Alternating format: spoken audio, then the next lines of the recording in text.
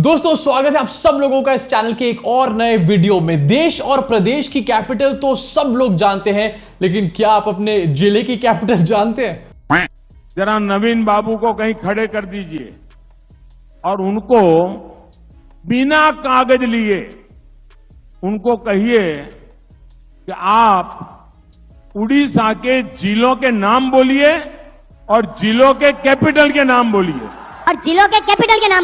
मोदी जी की तरफ से नया नया ज्ञान आया है। यहां पर जिलों का नाम बोलिए और जिलों के कैपिटल्स का नाम बोलिए। ठीक है भैया, मोदी जी है, कुछ भी बोल सकते हैं। कल को ये बोलना ना शुरू कर दें कि जिलों के साथ साथ गांव, कस्बों, गली और मोहल्लों के भी कैपिटल्स होते हैं। मोदी जी तो ये बात बोल सकते हैं, लेकिन इस बात के साथ भी मैं 100% श्योर हूं कि जब मोदी जी ये बात बोलेंगे तो भक्त उसको भी जस्टिफाई करेंगे, कहेंगे कि मोदी जी ने कहा है तो कुछ सोच कर ही कहा होगा। और यार सबसे हंसी की बात यहां पर यह कि जो आदमी दो टेलीप्रॉम्प्टर्स लगाने के बाद भी ऐसी ऐसी बातें कर रहा है, ऊल जलूल ऊट पटांग बातें कर रहा है, जिसको देखकर सुनकर 2-2 साल के बच्चे भी सोचेंगे कि चेचा सिठिया गए हैं पूरी तरीके से। आखिरकार वो बिना टेलीप्रॉम्प्टर के क्या क्या बोलता होगा, इसको कहते हैं ग्रेट ऑरेटर। इसके साथ आगे चलना चाहता हूं और एक और वीडियो आपको दिखाना चाहता हूं। मोदी जी ने रोड शो के बीच में पहली बार शायद यहां पर एक इंटरव्यू दिया है, लेकिन इंटरव्यू में भी क्या किया, अब्बा डब्बा जब्बा कर दिया पूरी तरीके से। पक्ष के मुख्यमंत्री जेल जा रहे हैं, फिर उनको बेल मिल जा रही है। आरोप लगाते हैं कि मोदी जी अपनी एजेंसीज का इस्तेमाल करते हैं विपक्ष को शांत रखने या पीछे रखने के। इस देश में अकेले ईडी की मैं बात करूं तो ईडी के जितने केसेस हुए हैं उसमें सिर्फ 3% पॉलिटिशियन है, 97% ब्यूरोक्रेट्स हैं, ड्रग माफिया हैं। जो नोटों के ढेर निकल रहे हैं वो तो सीधा का सबूत है, और वो पॉलिटिशियनों के हाथ से निकलते। और नोट मोदी जी पहले ऐसे यहां पर लीडर होंगे जिसको इंटरव्यू के अंदर भी 2-2 टेलीप्रॉम्प्टर्स की जरूरत है, क्योंकि उनको समझ ही नहीं आ रहा कि सवाल क्या है, जवाब क्या देना है। सवाल कुछ और आ रहा है, जवाब कुछ और दे रहे हैं, कुछ और बोल रहे हैं।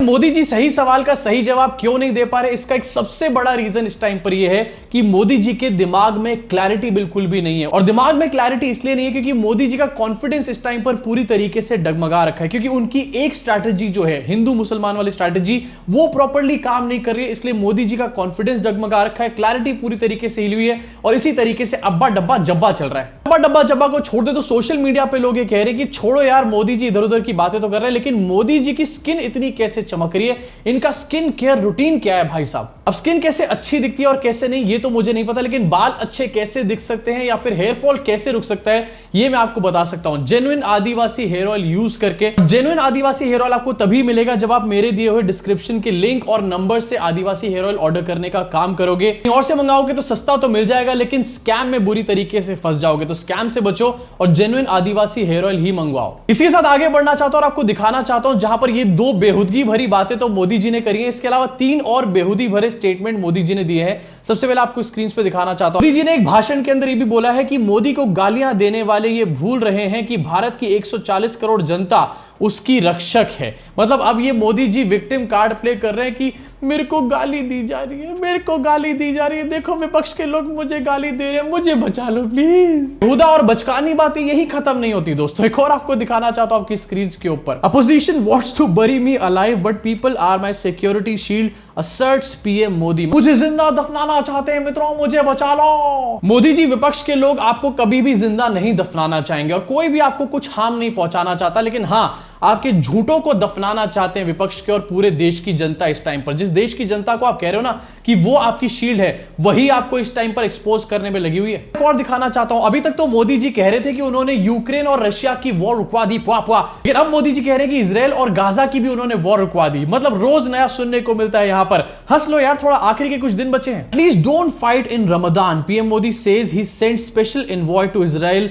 During war. मतलब रमजान के टाइम पे मत लड़ाई करो। देखो मैं कितना चिंतित हूं यहां पर इस्लाम के बारे में, कितना चिंतित हूं यहां पर वॉर के बारे में। मैं वॉर रुकवाने आया हूं यहां पर। पापा, अरे मोदी जी, पिछला वाला ही पूरी तरीके से उल्टा पड़ चुका है। वॉर रुकवा दी पापा का मीम अभी तक खत्म होने का नाम नहीं ले रहा, और उस पूरे एड के चक्कर में आपका पूरा इलेक्शन कैंपेन खराब हो चुका है। एक एड ने आपकी पूरी तरीके से पनौती लगा दी है, उसके बाद भी आप ये वॉर रुकवा दी वाला पंगा खत्म नहीं कर रहे हो। मुझे तो लगता है कि जहां पर आज तक हम लोग देखते थे कि कांग्रेस के लोग बीजेपी में घुस रहे हैं या फिर कांग्रेस के अंदर बीजेपी के स्लीपर सेल्स बैठे हुए हैं, मुझे लग रहा है कि बीजेपी के जो स्क्रिप्ट राइटर्स हैं वो कांग्रेस के स्लीपर सेल्स तो नहीं है कहीं। इसी साथ आगे बढ़ना चाहता हूं और एक और न्यूज आपको दिखाना चाहता हूं, ये भी बहुत ट्रेंड कर रही है। अभी रिसेंटली बात हो रही थी कि नरेंद्र मोदी और राहुल गांधी के बीच में एक डिबेट कराई जाए। इन दोनों को इन्विटेशन भेजा गया, राहुल गांधी ने इस इन्विटेशन को एक्सेप्ट कर लिया। आपके स्क्रीन के ऊपर एक लेटर है जहां पर राहुल गांधी ने एक्सेप्ट किया है कि वो डिबेट करने को रेडी हैं। लेकिन दूसरी साइड मोदी जी वो डिबेट करने को रेडी नहीं है। अरे मोदी जी और डिबेट, मोदी जी ने आज तक अपने आप से डिबेट नहीं करी होगी, इस चिंता के मारे कहीं अपने आप की उनकी ओपिनियन उनको क्रिटिसाइज ना कर दे। वैसे मोदी जी इस डिबेट में कतई भी नहीं आने वाले और इसका एक सबूत हमारे सामने आ चुका है। तेजस्वी सूर्या ने एक ट्वीट करके डाला, इसको दिखाना चाहता हूं आपको। Who is Rahul Gandhi that PM Modi should debate with him? Rahul Gandhi isn't even the PM candidate of the Congress party alone the INDI alliance. अबे 100 बातों की एक बात की, नरेंद्र मोदी डिबेट में नहीं आने वाले हैं। 56 इंच प्रो मैक्स, मजा आया। इसी के साथ अब आगे बढ़ना चाहता हूं, सबसे इंटरेस्टिंग चीज के बारे में बात करना चाहता हूं। हाँ, आज इंटरेस्टिंग चीज थोड़ी सी आगे रखी है।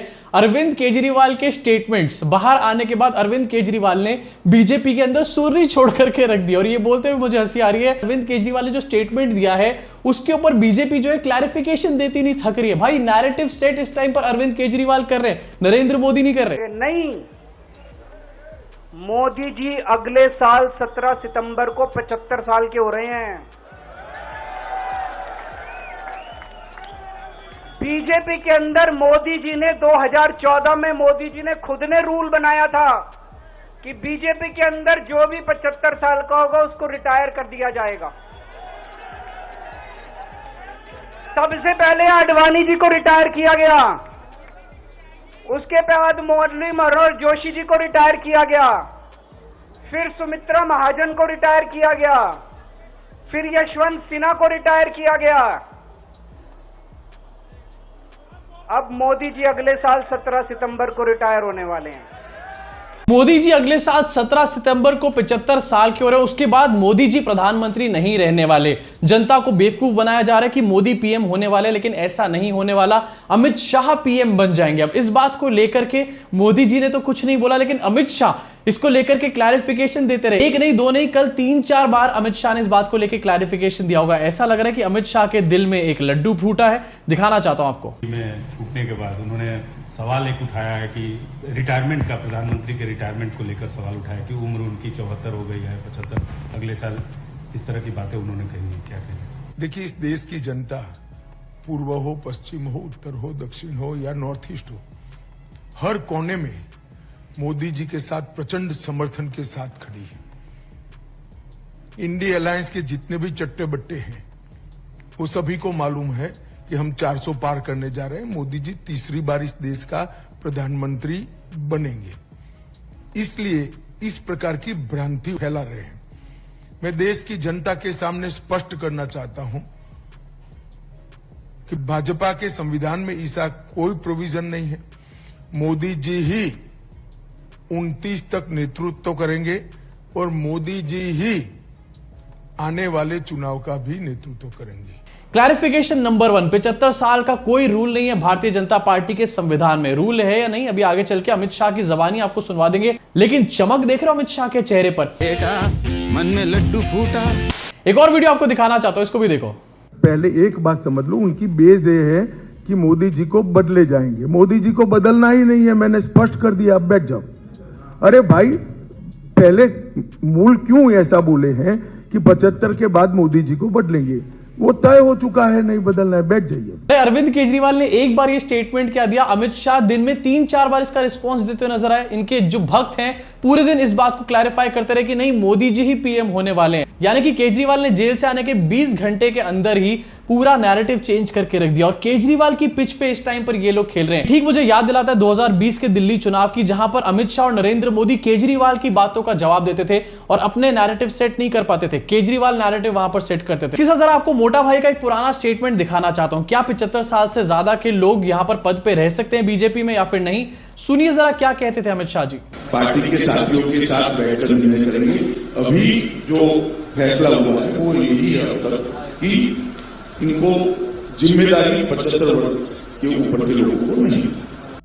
पार्टी 75 वर्ष के ऊपर के लोगों को जिम्मेदारी नहीं मिलेगी। अरे मोदी जी ये स्टेटमेंट सुन के 4 बार चकरा जाएंगे। 75 साल के होने वाले हैं। इतने दिनों से मैं इनको चीचा बुला रहा हूं, बोल रहा हूं कि ये थक चुके हैं। भाषण में कुछ भी बोले चले जाते हैं। वैसे तो सही है, इनको 75 साल पे ब्रेक मिल जानी चाहिए, लेकिन ये बात जनता के सामने बोलो तो सच सच। इनको पता है कि सच बोलेंगे तो इनके अपने भक्त भी निकलकर वोट करने नहीं आएंगे। अब जहां पर नरेंद्र मोदी को तो सब लोगों ने डिफेंड यहां पर कर दिया, एक बेचारा ऐसा है जिसको पूरी तरीके से अकेला छोड़ दिया गया। बात कर रहा हूं मैं यहां पर योगी आदित्यनाथ के बारे में। 17 सितंबर तक अगर इनकी सरकार बनी तो उस पर भी आऊंगा मैं। अगर इनकी सरकार बनी तो पहले अगले 2 महीने में योगी जी को निपटाएंगे ये, और उसके बाद मोदी जी के सबसे खास अमित शाह को ये प्रधानमंत्री बनाएंगे। अगर इनकी सरकार बनी तो 2 महीने के अंदर अंदर ये योगी आदित्यनाथ को यूपी के सीएम के पद से हटा देंगे। सोचो यार, मोदी जी की यहां पर बहुत सारी पैरवी हो गई, 75 साल के बारे में बातें हो गई, योगी आदित्यनाथ के बारे में कोई क्लैरिफिकेशन नहीं दे रहा। ये देख करके योगी आदित्यनाथ को ये बात श्योर हो गई होगी कि हाँ, मोदी जी जीत के मेरे को 2 महीने में जरूर हटा देंगे। जरा आप खुद सोचो, अगर योगी जी को ये बात पता चल जाए कि 2 महीने में मोदी जी उनको हटाने वाले हैं, तो क्या वो यूपी के अंदर ज्यादा से ज्यादा सीटें जितवाने की कोशिश करेंगे? तो आप अपना कमेंट सेक्शन में जरूर बताना, अपनी भड़ास पूरी तरीके से जरूर निकालना। इस वीडियो को यहीं खत्म करना चाहूंगा, लेकिन आपकी राय जाननी मेरे लिए बहुत जरूरी है। यार ये मन की बकवास नहीं है, ये है मन की भड़ास, और मन की भड़ास में मेरे साथ साथ आपको भी भड़ास निकालनी पड़ती है। और हाँ, अगर आपको जेन्युइन आदिवासी हेयर ऑयल मंगवाना है तो नीचे दिए हुए डिस्क्रिप्शन के लिंक से और नंबर से ही ऑर्डर करना, नहीं तो स्कैम में फंस जाओगे जैसे कि 2014 में फंसे थे। अभी के लिए इस वीडियो में सिर्फ इतना ही। सब्सक्राइब करके बेल आइकन दबा देना, जिससे कि आने वाले वीडियोस में भी भड़ास निकाल पाओ आसानी से। मुलाकात करूंगा आप सब लोगों से इस चैनल के अगले वीडियो में।